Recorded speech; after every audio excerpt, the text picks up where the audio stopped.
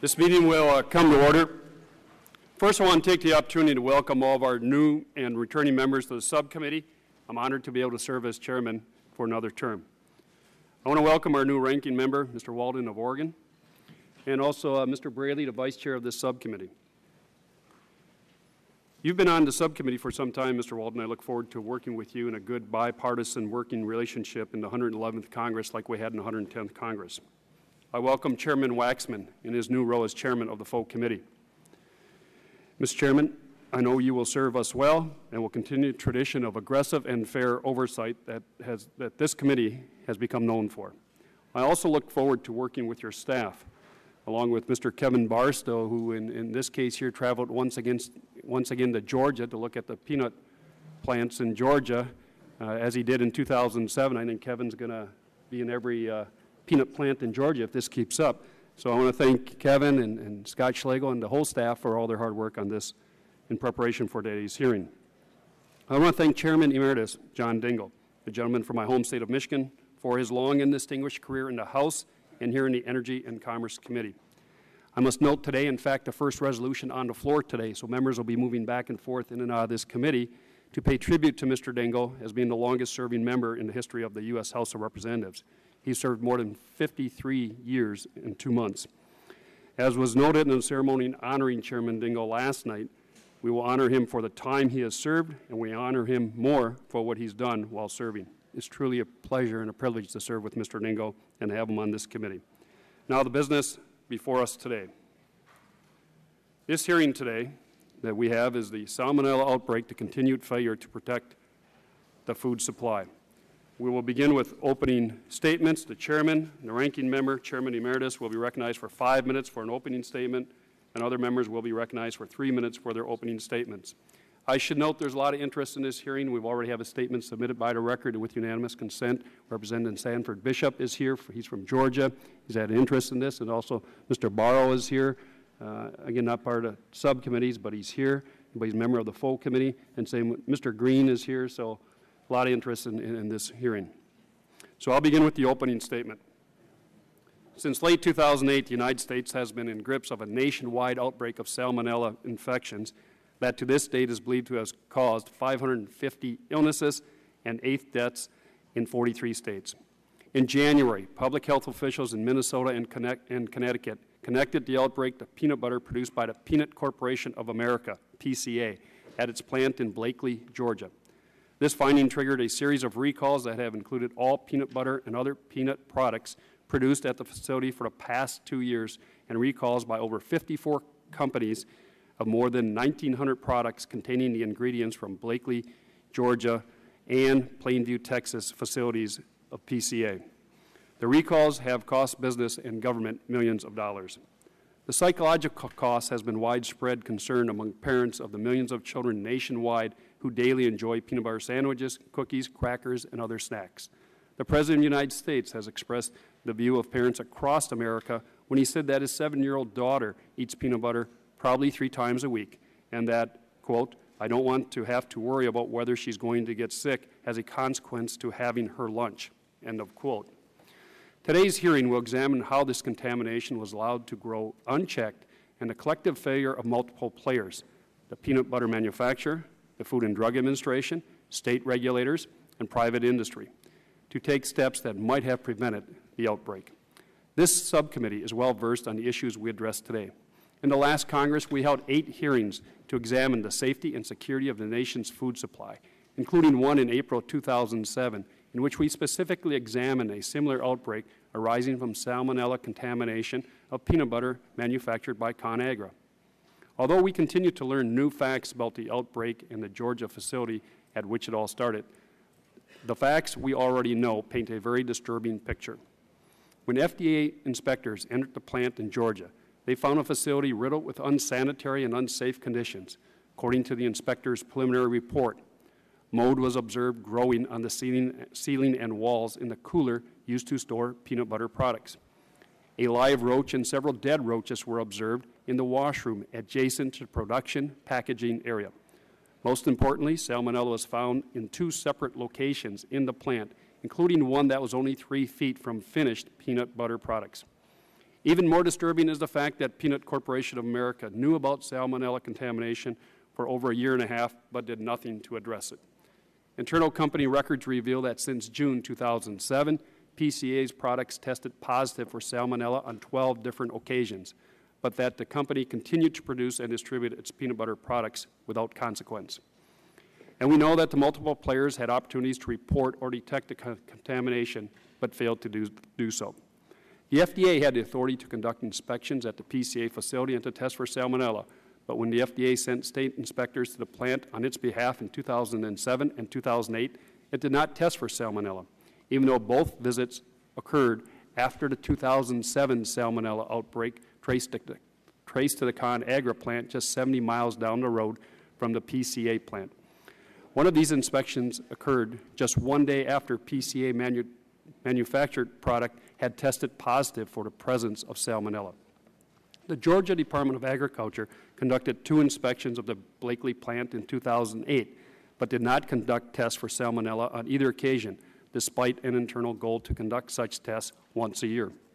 Private laboratories that conducted the tests for PCA had firsthand knowledge of the positive findings of Salmonella, but failed to report those results to anyone but the company. Neither the FDA nor the state of Georgia requested access to those records until after the Salmonella outbreak. PCA's largest customers, such as Kellogg's, engaged contractors to conduct audit of the Blakely plant, but they did not conduct their own Salmonella tests and did not require PCA to show them their internal test results, which would have revealed a consistent pattern of Salmonella contamination. So we appear to have a total systemic breakdown with severe consequences for hundreds of victims for which we need explanations. That is why we have asked representatives from each of these players, the manufacturer, the FDA, the state regulator, the private laboratories, as well as victims of this outbreak to testify today. At this hearing, we will seek answers to the following questions. What has been the human impact of this outbreak? How could the company, regulators, laboratories, and industry let the Salmonella contamination remain hidden for over a year before the outbreak? What legislative or regulatory changes can be implemented to prevent such catastrophic failures in the future?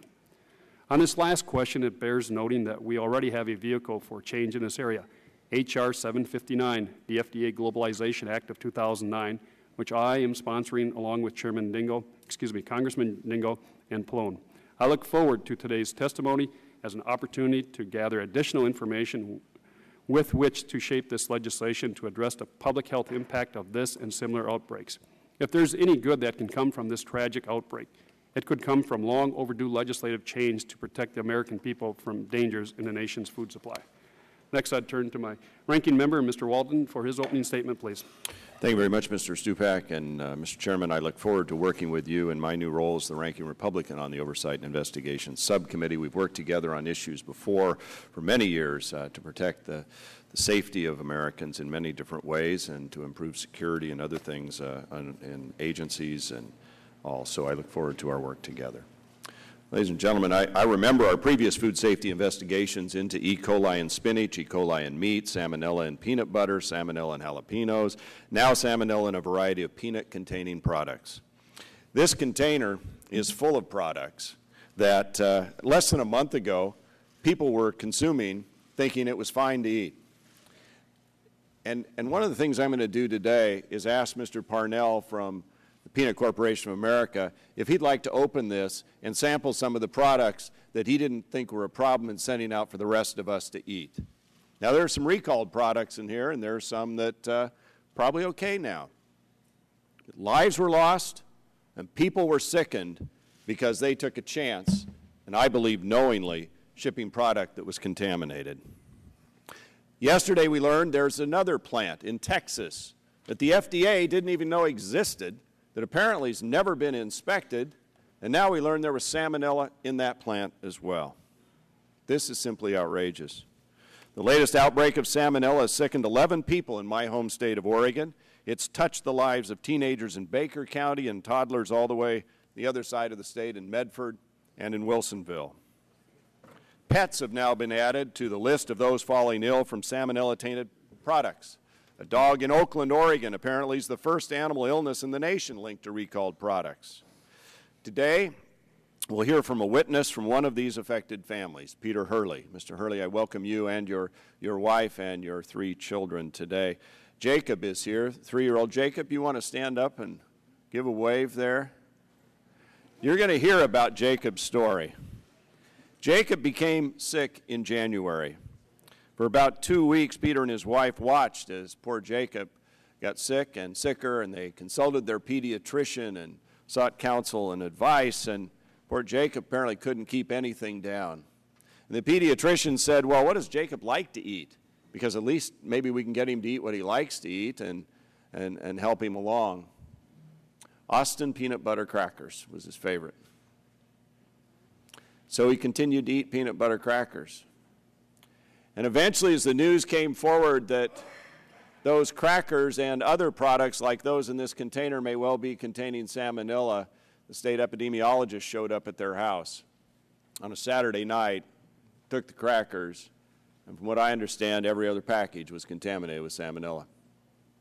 You imagine the tragedy as a parent of knowing that, in effect, you've been poisoning your 3-year-old child with the help of your pediatrician, none of whom knew this was the problem until the damage was done. Salmonella is a naturally occurring microorganism. It's usually transmitted to humans by eating contaminated foods. To reduce the risk of contamination, we require food processing firms to follow the Food and Drug Administration's current good manufacturing practices that serve as the minimum sanitary processing requirements for producing safe food. Failure to comply with the good manufacturing practices is a violation of law. And if noncompliance leads to the distribution of adulterated or contaminated foods, more severe penalties may be applicable. Good manufacturing practices also serve as the basis for food firm inspections conducted by the FDA and by state government inspectors. Now, the Peanut Corporation of America, whose president and plant manager are invited witnesses today, has been identified as the sole source of this salmonella outbreak. Several of the company's products were tainted with salmonella at the PCA plant in Blakely, Georgia, and shipped to more than 100 consignee firms that serve as suppliers to food producers, large and small, for use as an ingredient in hundreds of different products such as cookies, crackers, ice cream, cereal, and candy. At least 2 Oregon companies I'm aware of have had to recall their products because they included ingredients that were sourced back to PCA. The health implications are all too clear, as our witnesses will testify today. Additionally, there are economic consequences for the food producers that used those ingredients and had to conduct those recalls. As FDA has reported and is indicated in documents obtained by this committee, the Peanut Corporation of America routinely violated numerous good manufacturing practices and knowingly shipped adulterated products to its customers. In an internal email chain between the plant manager, Sam Lightsey, and the president, Stuart Parnell, the 2 men discussed microbial testing completed on finished product.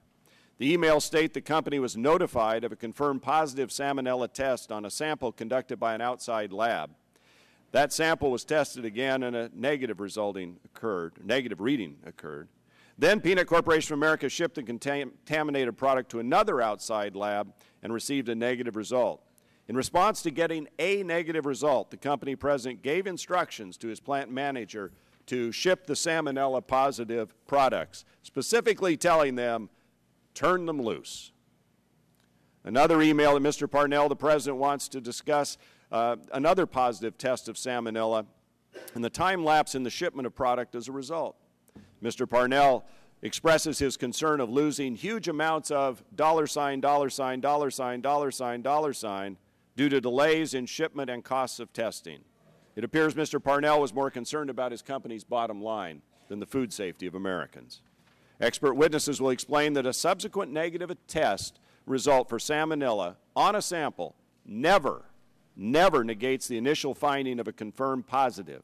In response to a confirmed positive, PCA should have immediately destroyed the entire lot of contaminated product, ceased production, and attempted to uncover the root cause of the contamination. All these steps are part of the FDA's manufacturing requirements that firms are forced to follow or required to follow.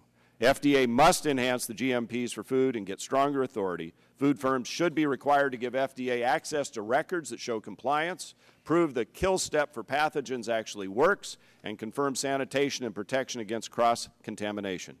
To help prevent outbreaks in the future, FDA inspectors must have access to internal documents.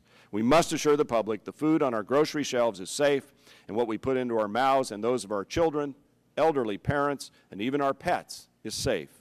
While Congress moves on legislation, our food safety agencies and food manufacturing firms can take immediate action to improve the production of safe food, and I suggest that we demand those actions now, Mr. Chairman. Thank you. Well, thank you, Mr. Walden. I suggest you keep your contaminated products on your side of the aisle. That'd be a new way to get back in the majority, but we won't pass. We'll pass on that. Mr. Waxman, opening statement, please, sir. Thank you very much, Mr. Chairman. I'm pleased to see you're continuing your aggressive oversight on the issues of food safety, and I'm pleased also to see that you're working with our counterparts on the Republican side, especially Ranking Member Walden, to do this on a bipartisan basis. There's no partisanship when it comes to questions of food safety. We are shocked at what's been going on in this country on food issues. And what this committee needs to do is to find out the truth, hold people accountable, and make sure it doesn't happen again. For too long, people have been worried about this, and they want to know what's happening and who's responsible. Well, we're going to hear in this first panel that those who most often pay the price are the young, the elderly, and the infirm, because these tainted products distributed by the Peanut Corporation of America were sent to elementary schools, nursing homes, hospitals, and even FEMA meal kits handed out in the wake of the Kentucky ice storms. We're going to hear today the results of our subcommittee's investigation, and we've obtained documents that I'd ask unanimous consent be made part of the record. Without objection. These documents, obtained by our subcommittee, are very disturbing because what they show is that this company cared more about its financial bottom line than it did about the safety of its customers. Last September, for example, PCA was notified by a private lab that its products had tested positive for Salmonella. This wasn't the first positive test the company received, and it may not be the last. In response, the president of the company sent an email. Stuart Parnell was complaining that the positive Salmonella tests were costing them huge amounts of money. And I see on the screen that we're flashing up this email. It's going to have a huge lapse in time from the time we pick up peanuts until the time we can invoice. Well, even after FDA began investigating in January and forced the company to recall some products, PCA's first concerns were financial. On January 19th, Mr. Parnell sent an email pleading with the FDA officials to allow the company to keep doing business. He wrote that they desperately at least need to turn the raw peanuts on our floor into money. He assured the FDA that these peanuts would be cooked and further processed by their Texas facility. This Texas facility is the same one that was shut down yesterday after Salmonella was found there, too. The subcommittee also obtained documents that appear to show that Mr. Parnell was not forthcoming about his company's past. Despite multiple records showing positive Salmonella tests over 3 years, he wrote an email to his company's employees on January 12th asserting flatly that, quote, "We have never found any Salmonella at all." And he blamed the news agencies. They're looking for news stories that are going to scare people about the cause of this food sickness outbreak. The subcommittee obtained statements from an official at one of the private labs used by PCA to test for Salmonella.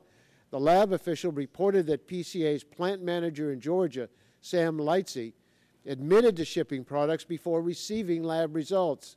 The official stated, quote, "When I called Mr. Lightsey in early October 2008 to give him the serology reports that JLA obtained from Diebel Lab for the confirmed Salmonella, he paused and said, uh-oh, or something to that effect, and then told me he had released the products for shipping. When I asked him if he could get it back, he said it was on track it was on a truck heading to Utah, end quote. Well, this lab official also informed us that PCA stopped using its services because it received too many positive tests. The official stated, quote, I called Mr. Lightsey to follow up on the recent discussion regarding the confirmed positive, and he confirmed that because of the high coliform results, they're going to send samples to a different lab, end quote. Well, Mr. Chairman, I want all these documents to the record. I want them to be made public. I hope at this hearing we're going to be able to find out more about the actions of these these PCA officials. I look forward to the hearings from the labs that conducted these tests, as well as the state and federal officials in charge in overseeing this company. And I also want to extend my condolences to the victims and family members of victims who are here today. We've got to find out the truth. We've got to hold people accountable, and we've got to make sure that this doesn't continue in the future. Thanks for your hard work and the aggressive oversight that I know you're committed to. Yield back the time. Thank you, Mr. Chairman. I next turn to Mr. Barton of Texas for an opening statement. Thank you, Mr. Chairman. Today you're going to see Congress at its best and at its worst. This subcommittee hearing is Congress at its best. We have an issue that affects the public health and safety of the American people. We have a chairman and a subcommittee chairman who have quickly acted to bring it to the country's attention, to bring witnesses forward, both from the victim side and from the regulatory side, and also give an opportunity for the affected party, the company in this case, to present their side of the story. That's been done on a bipartisan basis with full cooperation, including yesterday a full committee meeting, business meeting, where we unanimously voted a subpoena to compel some of the witnesses that didn't want to voluntarily testify to come before the Congress so that people would know. That's Congress at its best. Mr. Waxman and Mr. Stupacker be commended for their leadership. I also want to commend Mr. Walden, the new ranking member on the minority side, for the best opening statement I've heard in 22 years at an oversight hearing. And that goes back to John Dingell and Billy Tozan and Tom Bliley, Mr. Waxman and others who have always specialized in aggressive oversight. He put the case succinctly. He put the case in personal terms. He did it in a way that we can understand. So that's Congress at its best. Unfortunately, today we're also going to see Congress at its worst. We have this stimulus package that's in limbo somewhere in the conference between the Senate and the House of Representatives, and the House conferees were appointed yesterday. This committee, who's got jurisdiction for approximately $100 billion of that stimulus, including all the health care issues, all the telecommunication issues, all the energy issues, all the environmental issues, has one conferee, the chairman of the committee. Nobody on the minority side. It's a very small conference, but the Speaker has seen fit. The minority doesn't count.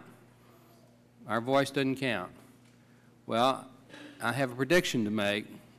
By the end of the day or the end of the week, they're going to hear the voice of the minority on this issue. We need to do something to help the economy for this country. We need to do it cooperatively in a bipartisan basis. But when you shut one side out, it makes it very difficult to work in a positive fashion. So on a positive note, this is an important hearing. We're totally supportive. Whatever the results of the hearing are, I'm sure we'll work together to implement those. But on the other issue, it's not democracy when only one side has a voice. With that, Mr. Chairman, I yield back. Thank you, Mr. Barton. By order of appearance, members will be recognized for 3 minutes for an opening statement. Next would be Mr. Green from Texas. Thank you, Mr. Chairman. I want to thank you for holding the hearing today. Last year we had many hearings on food safety, but unfortunately the committee was never able to pass a food safety bill. The recent Salmonella outbreak is yet another example of how the FDA and state agencies are unable to protect the American food supply. The committee's investigation has shown that Peanut Corporation America was operating with blatant disregard for safety standards, which ultimately led to at least 8 deaths and sickened 600 individuals. Investigations by this committee found the Peanut Corporation of America shopped for labs that gave them negative salmonella results after originally testing positive, but they would not wait for the results and would ship the products out for consumption without ensuring they were safe for consumption.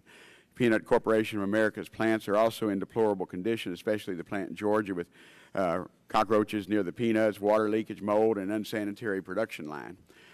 On the 3rd, we learned that the Peanut Corporation of America was operating an unlicensed and uninspected plant in Plainview, Texas. This plant was never inspected until the FDA began investigating the Salmonella outbreak, at least never inspected by the FDA.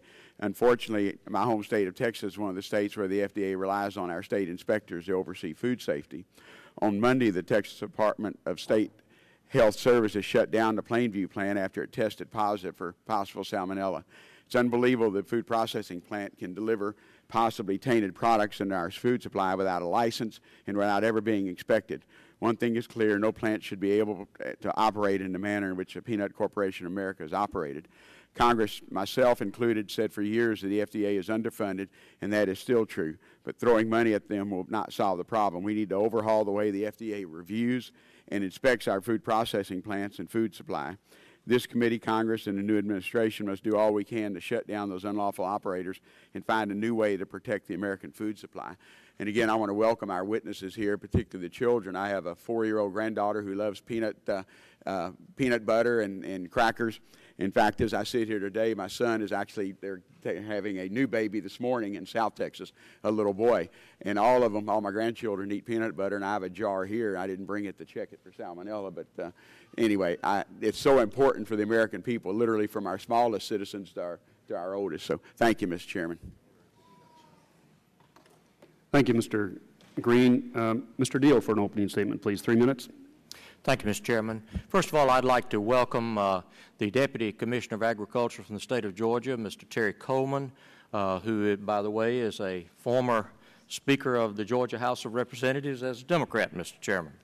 And also Mr. Oscar Garrison, who is the Assistant Commissioner of Agriculture of the Georgia Department of Agriculture, who's going to testify on one of our panels.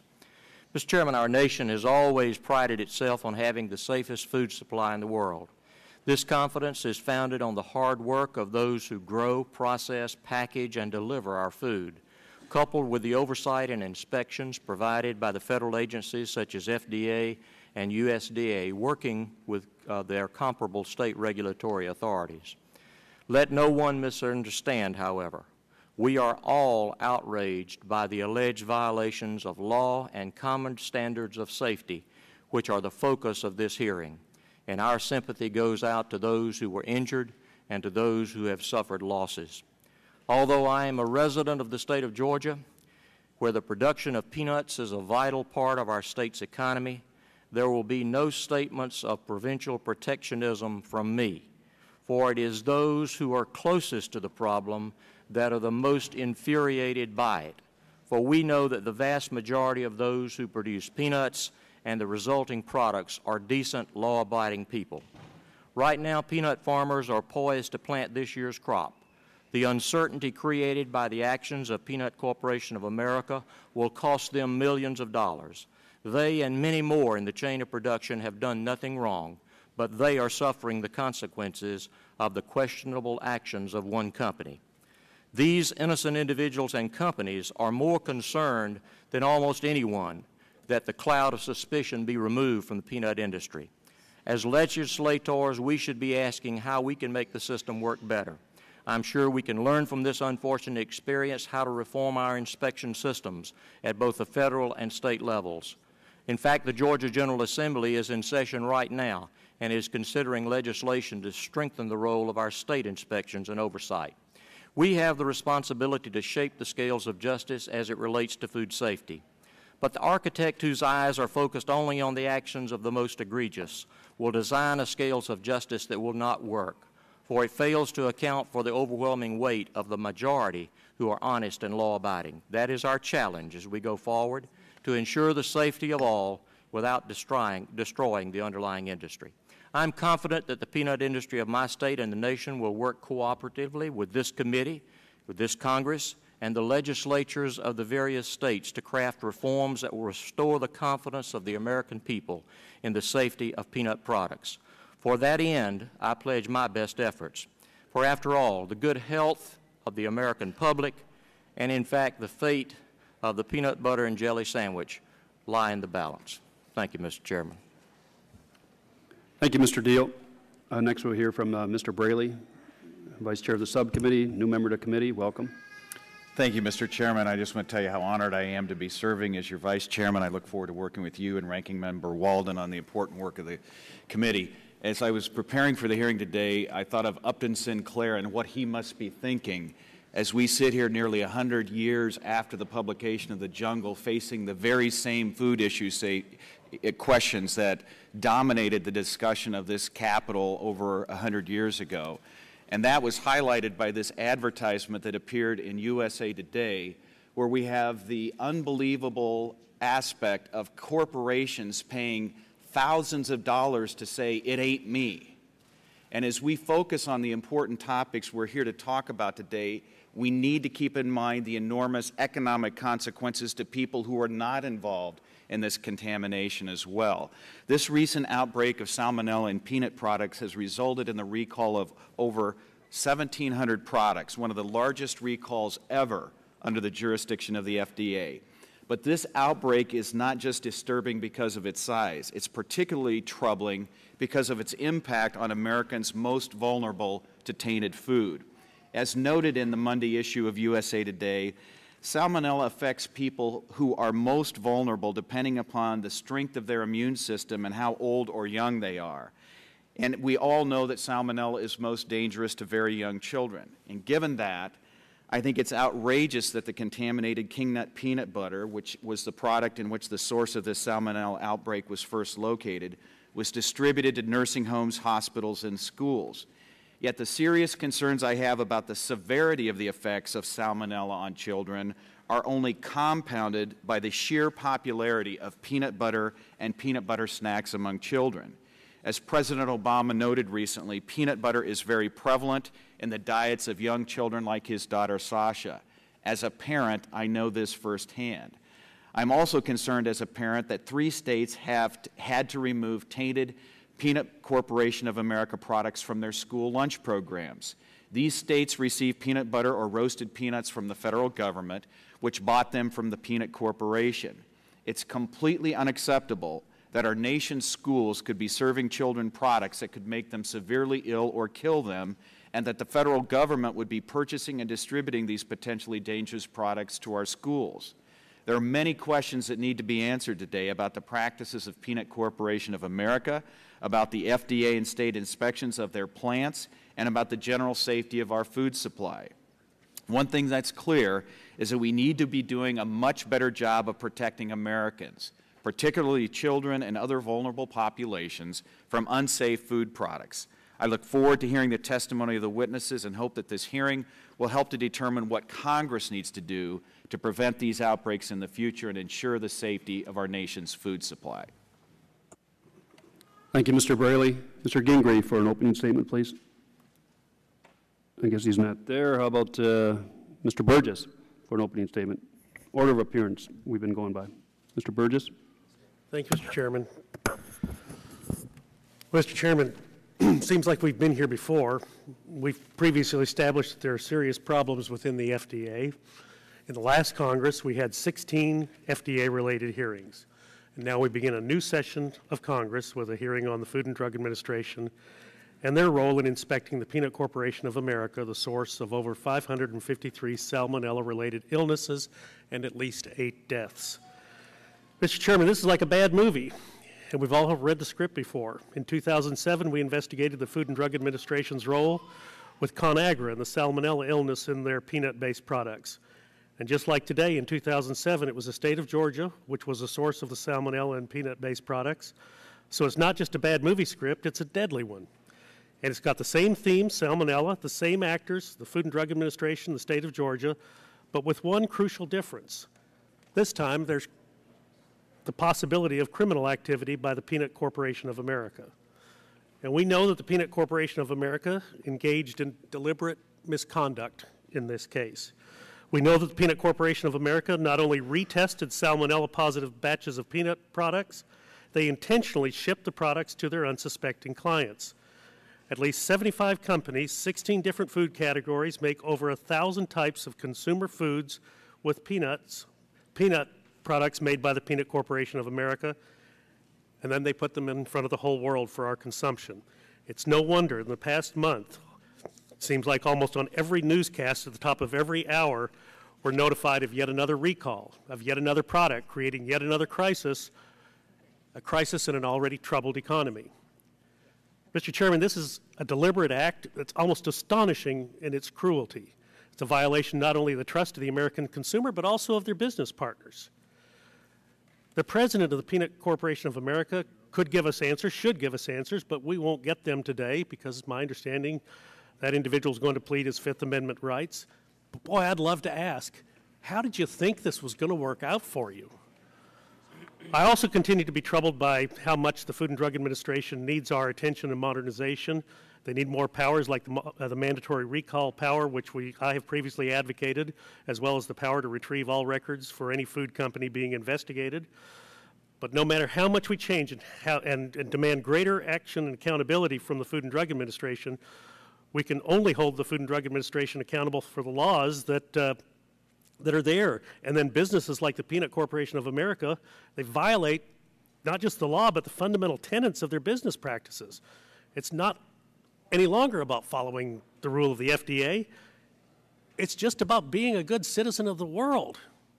So for me, yeah, it's time again to focus on the Food and Drug Administration and how we need to work on the Food and Drug Administration and help it in its mission. But we also should focus on punishing the bad actors in this case. Mr. Chairman, now it's a criminal matter. And although we need to work to continue to modernize the FDA by giving them the money and the power they need to continue to protect our citizens, you know, there's not a night that goes by, it seems, that Lou Dobbs doesn't end his newscast by saying, doesn't anyone deserve a government that works? And that's not just a rhetorical question, Mr. Chairman. Mr. Chairman, let me ask that this committee answer Mr. Dobbs in the affirmative. Let's make it unambiguous. Let's make it a bipartisan affirmative. And let's also commit that from this hearing forward, we'll make our actions match our rhetoric. And I'll yield back. Thank you, Mr. Burgess. Ms. Christensen for an opening statement. Welcome to the committee. Thank you, Mr. Chairman, and good morning, Chairman Waxman, Chairman Stupak, Ranking Member Barton, and Walden. This is my first hearing with the Committee on Oversight and Investigations, and I'm glad to be here, but I'm really sickened by the reasons that we're meeting this morning. The recent Salmonella outbreak, though, demonstrated clear and serious deficiencies in our country's food safety system, some based on century-old legislation. And so this hearing is very important to fixing the problems that cause so much preventable illness and the 8 deaths that should not have happened. So thank you for holding it. And thank you also to those who are here to testify, especially the families of those who suffered because of the unscrupulous, likely criminal business practices and the fact that our government failed you. I extend condolences to the Almer and Toussaint families, and to Mr. and Mrs. Hurley. We're glad to see that Jacob is well enough to be here with us today. For the past several months, we've heard countless reports about the Salmonella outbreaks, and with each story and each investigation, we learn a bit more about how many gaps there are in our nation's processes to ensure food safety. We've also learned how key agencies, such as FDA, lack the authority, resources, and oversight that they clearly should have to ensure the safety of our food and the health of our family and our loved ones. Finally, we've learned about the tragic consequences that these gaps in food safety have on innocent lives, consequences that could have been avoided, should have been avoided, and consequences that I look forward to working with you, my colleagues, on this committee to avoid in the future. Thanks to Mr. Dingell, Mr. Pallone, and Mr. Stupak, who've already launched an effort that is heading us in the right direction with the introduction of H.R. 759, the Food and Drug Administration Globalization Act of 2009, which I am proud to co-sponsor. Through provisions which empower the FDA with additional resources and mandatory recall authority, as well as oversight over and access to the safety plans that food service facilities establish, as well as access to those tests that are conducted to measure safety and inspection records, we are finally on a better path to prevention. We know those measures are too late for the precious lives that have been lost and the others that were put in jeopardy, lives of some of our more vulnerable people, those in nursing homes, hospitals, and schools, all because we had to wait for a company to initiate the recall of a product that they knew was tainted, that they knew was would make people sick, just to protect their profit margins. There's plenty of blame to go around because many balls were dropped. The only blameless ones in all of this are the individuals who died, those who got sick, and their families and loved ones.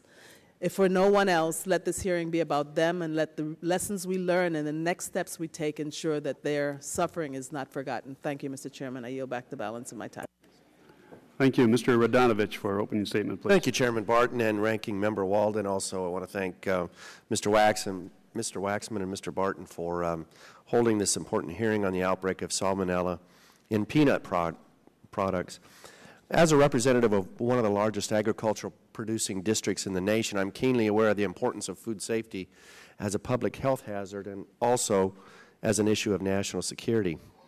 However, what truly makes me more concerned about food safety, it's not so much my role as a member of Congress, but as a father of a 10-year-old boy who happens to love peanut butter and jelly sandwiches. Parents these days have so many things to worry about. It's unfortunate that peanut products, which are often a staple in the diet of a 10-year-old boy, have been added to this list. Even with the best parenting in the world, there are some things that are out of our control as parents. My wife and I can choose to avoid packing my son peanut products in his lunch, but that doesn't stop him from trading his granola bar for trail mix that has salmonella-tainted peanuts in them. My condolences go out to those who have lost your loved ones and to those who have been tragically affected by the Salmonella outbreak. It was an unavoidable situation, and I'm looking forward to hearing the testimony from the witnesses and learning how Congress can help prevent situations from reoccurring. So I look forward to the hearing, what we might learn from it, and Mr. Chairman, I yield back. Thank you. Ms. Sutton, for an opening statement, 3 minutes. Welcome to the committee. Thank you, Mr. Chairman. On Christmas Day, my local newspaper had a story about a resident in a Summit County nursing home, that she was very ill. And on top of many other medical conditions, she suffered from fever, abdominal cramps, and diarrhea. Doctors diagnosed this woman with a case of salmonella, and a few weeks later, she died. The woman I speak of is one of the 8 people who died of salmonella and is among the 550 people nationwide who became sick as a result of this bacteria. According to the Ohio Department of Health, there have been 89 cases of salmonella reported in Ohio in the past 4 months. This figure is much higher compared to occurrences in other states. Mr. Chairman, this outbreak demonstrates yet again that our food inspection system is broken. The source of the salmonella was traced to a factory in Georgia, as we've heard, called the Peanut Corporation of America, or PCA. And on multiple occasions, PCA's peanut products have tested positive for salmonella. PCA still ship their products to schools, nursing homes, and stores despite that. Now there is a document on the FDA website with 288 pages worth of recalled products that include peanuts. The negligent practices in this food manufacturing plant is unacceptable, and the government must do more to protect Americans. Regulatory agencies like the FDA, they need more power, and they must execute more power and oversight to prevent another catastrophe like this. This is why I reintroduced the Protect Consumers Act. This bill is very simple. It would give the FDA mandatory recall authority over food products. Mandatory recall authority is only one of the critical steps, and there are other bills out that are equally important and more comprehensive, but just taking this simple step is a step that we should pursue with haste. Currently, the FDA is forced to rely on the company at issue to do the right thing, and we know that that isn't a good way to operate. I look forward to hearing from PCA to learn why they continue to sell their contaminated products. I'm also eager to hear from government officials to learn about their role in the recall. And I look forward to working with my colleagues here on the committee to fix our broken system so that America's families can trust that the food they are eating is safe. That's not too much to ask. Thank you. Thank you. Ms. Blackburn for an opening statement, please. Thank you, Mr. Chairman. Thank you for the hearing, and I want to thank our witnesses for taking their time to come before us today. As you have heard, FDA review and oversight is not new to this committee. This is something that we have gone over and over and over during my 4 years on this committee. And Mr. Chairman, I sit here and I'm listening to the opening statements and looking at our witnesses, and I think, how many more Americans are going to have to be affected by some type of illness or worse before we get down to the basics on review, reform, and accountability that is lacking in the system that's before us? I think it is unacceptable for the American public's health and indeed their life in many cases to be put at risk. Now, peanuts, as you've heard, this is why we're here. This is our latest of our contamination issues in our food supply. And it is so unfortunate that contaminated product was knowingly shipped to various locations, some in my state of Tennessee. And indeed, we express our sympathies to the families who have been injured, harmed, or experienced loss of life because of this. We have 11 cases that are in Tennessee alone. Indeed, this is something that could have been prevented. We all know the source. We have discussed that with Peanut Corporation of America. We're going to look more into that today. And one thing that I am really going to want to know a bit more about is how there could have been 12 known cases of Salmonella between June of 2007 and September of 2008. How there could have been 12 times that this was known and appropriate action was not taken. And what the American people are wanting to see is not more rhetoric. They want to see action. And, Mr. Chairman, I think that is where reforming this system comes forward as what our next step should be, to make certain that the American people can trust us to do our job, to reform this system so that they have trust in the food supply and the product that is placed on their shelves. And I yield back the balance of my time. Thank you. Mr. Gett for an opening statement. Mr. Gett's Vice Chair of the full committee. Thank you so much, Mr. Chairman. We spend a lot of time together in these food safety hearings, and I want to welcome our new members of the committee.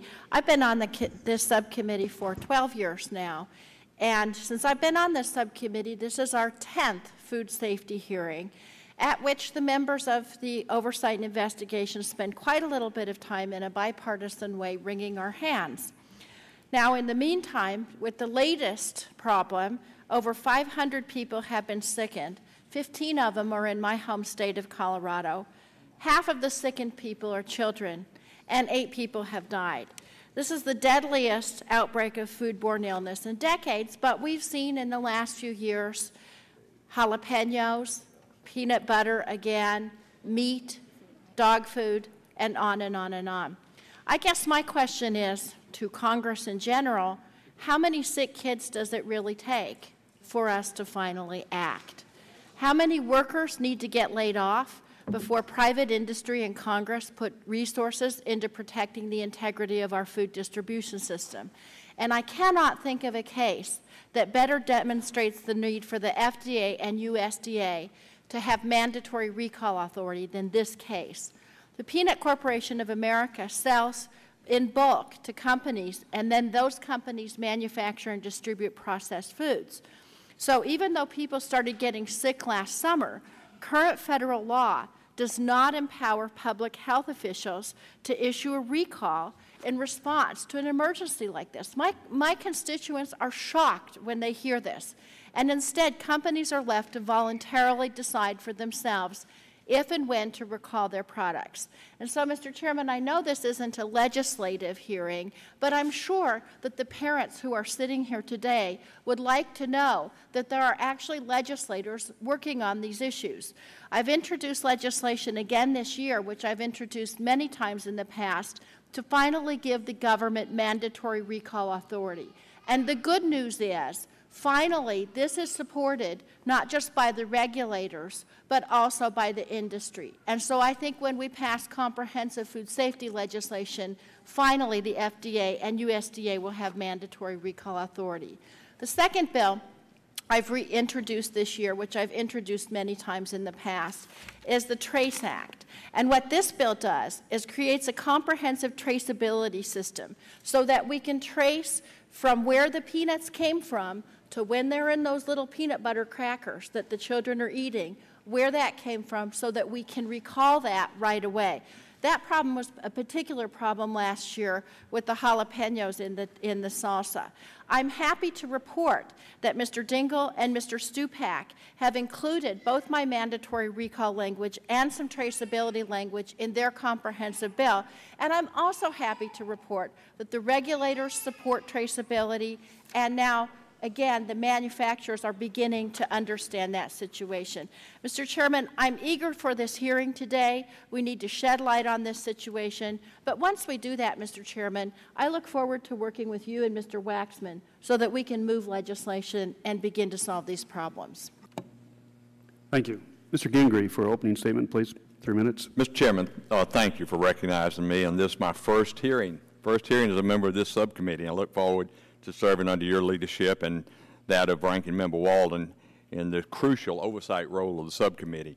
Let me welcome our former Georgia Speaker of the House and now Deputy Commissioner of Agriculture, Terry Coleman, as well as Mr. Oscar Garrison, the Assistant Commissioner, who I certainly look forward to hearing his testimony in the third panel. Now, I first want to express my sincere condolences to the families that are here today, and those families across the nation who have either lost a loved one or have suffered illness as a result of this Salmonella outbreak. For those testifying today, I appreciate your willingness to come before this subcommittee and share your stories, as difficult as it may be, with us. All of us have a responsibility to learn from this tragedy and to take the necessary steps to ensure that no other family has to endure what you have experienced. Mr. Chairman, it is regrettable to see that the facility under investigation today is located in my home state of Georgia.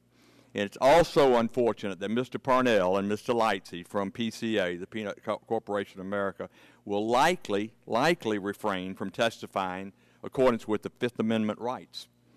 And while they are within their constitutional rights, I would offer this admonition to them and to anyone else who makes the products that our citizens and their families consume. If you circumvent the law or merely take advantage of lax oversight, don't think you have gamed the system forever, because justice will catch up to you and you will pay. Further, if the circumstances as presented and reported to this point bear out to be true, then it seems the decision to achieve short-sighted profits has trumped common sense and morality. For this, there will be an accounting. Mr. Chairman, as we in Congress move forward, we must also recognize that no matter how high a regulatory wall we erect, there will always be someone that is brazen enough or stupid enough or greedy enough to try and climb over that safety barrier. And though our gut reaction might be to build an even higher wall, we have an obligation to thoroughly evaluate and ensure that current law was properly enforced first. A wall's integrity, after all, comes not from the height, Mr. Chairman, but from its foundation.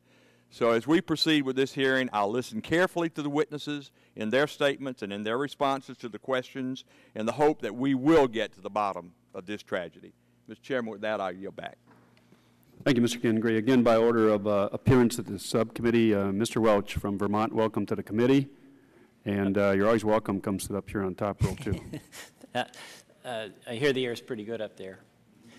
Thank you very much. I want to echo what Mr. Gingrey said and express my condolences. And believe me, it's very kind of you to come here, and it makes a real difference that you're willing to share your stories, painful as it is. And I apologize that we've added to your burden by making you sit through so many opening statements. But, you know, I've been listening to them, too, and there's something that I find quite heartening in this.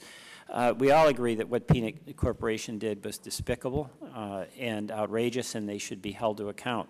But what you, as parents, as sons, have a right to expect from your government is that we have systems in place that give you the assurance that when you buy food, it's safe. It's as simple as that.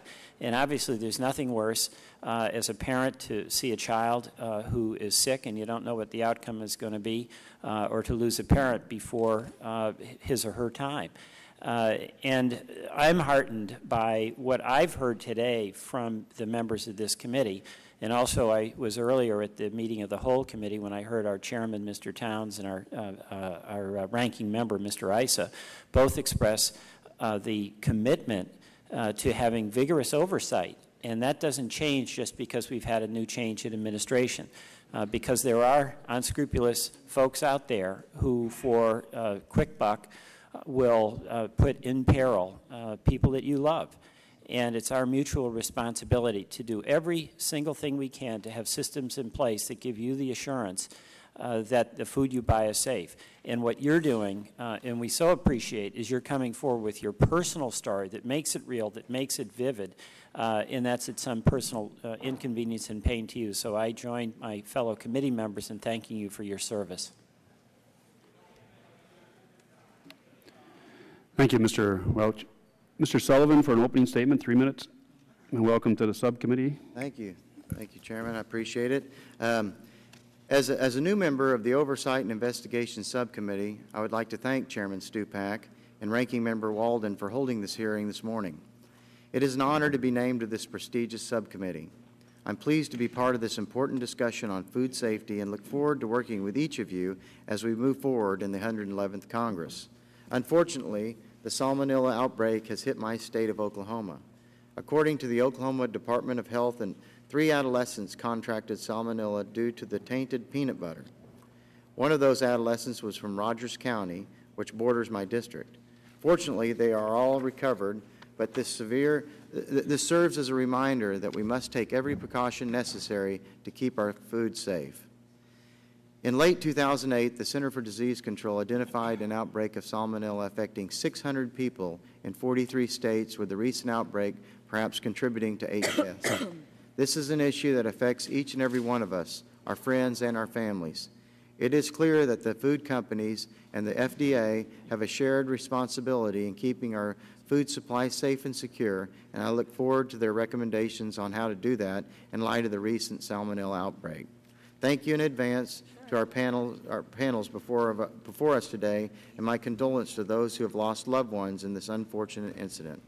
I look forward to the hearing and testimony of our witnesses to get to the bottom of this incident, and I yield back the balance of my time. Thank you, Mr. Sullivan. Mr. Markey, member of the subcommittee, for a statement, please. Thank you, Mr. Chairman, very much, and thank you so much for having this hearing.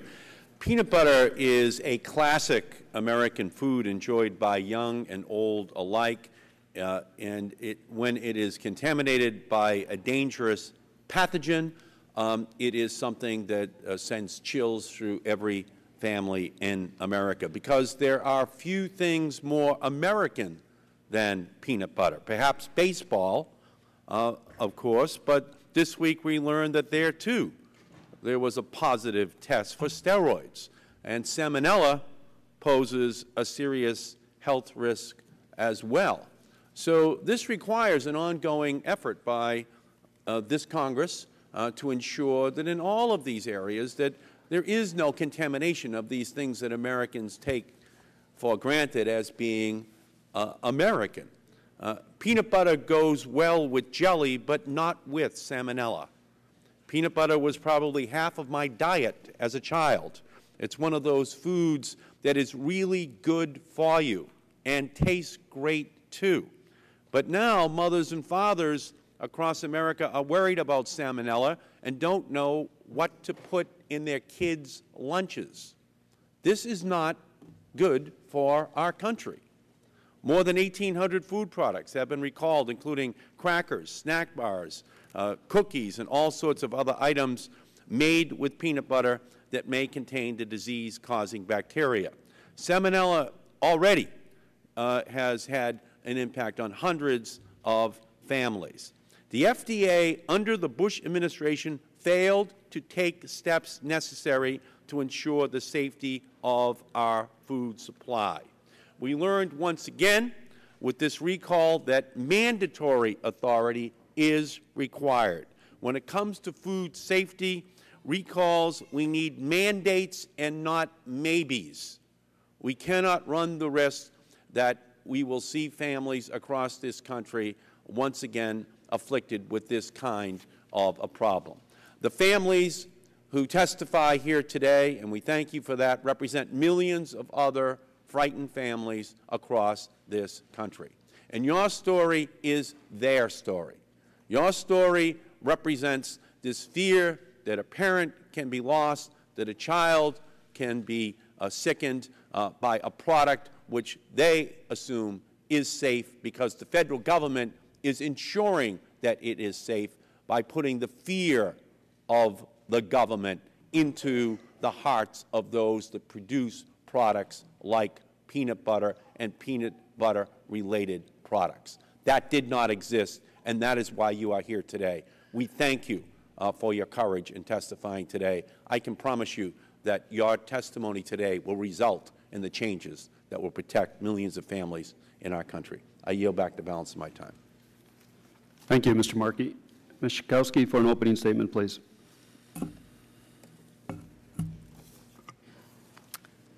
Peanut butter. Peanut butter. Is there a kitchen that doesn't have peanut butter? Is there a lunchbox that doesn't have peanut butter sandwiches at some point?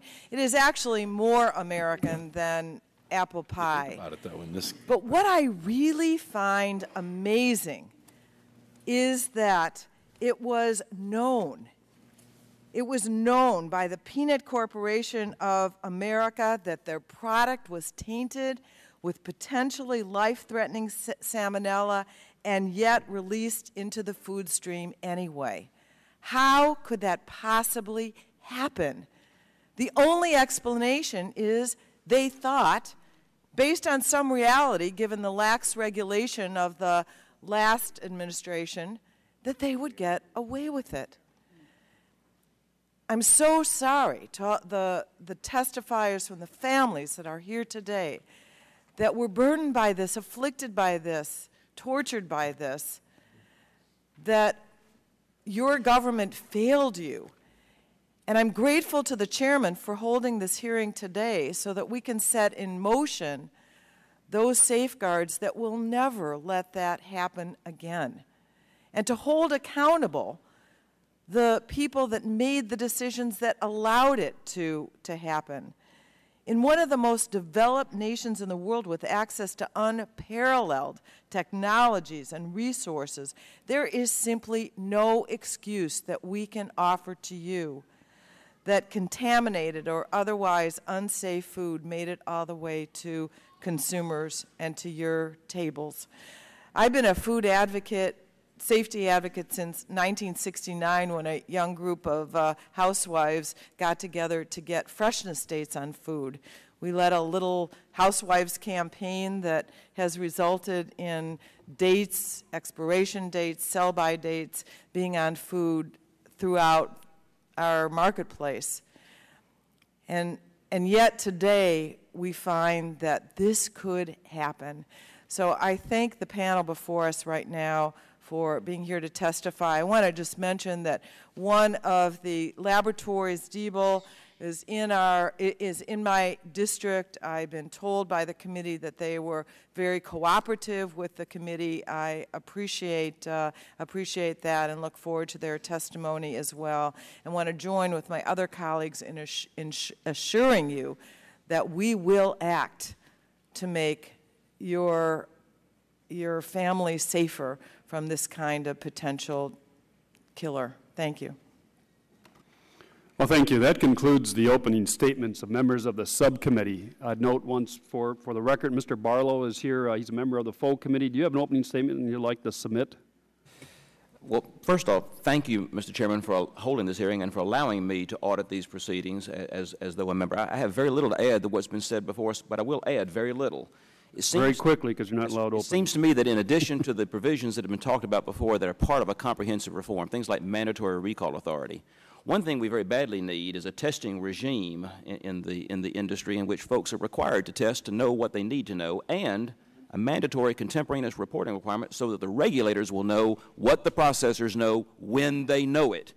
I think that would add great teeth and great effectiveness to any mandatory recall authority, and that's why I look forward to exploring the other members on the panels later on. Thank you very much. Well, thank you. We've discussed that certification of labs and testing before, and it's part of our global bill, and love to have you on the bill. You will be allowed to ask questions later as we move on. Mr. Bishop, we already have your opening statement, a valuable member of the House. While not part of the committee, we appreciate you being here and monitoring the proceedings. And without objection, Mr. Bishop's statement will be made part of the record.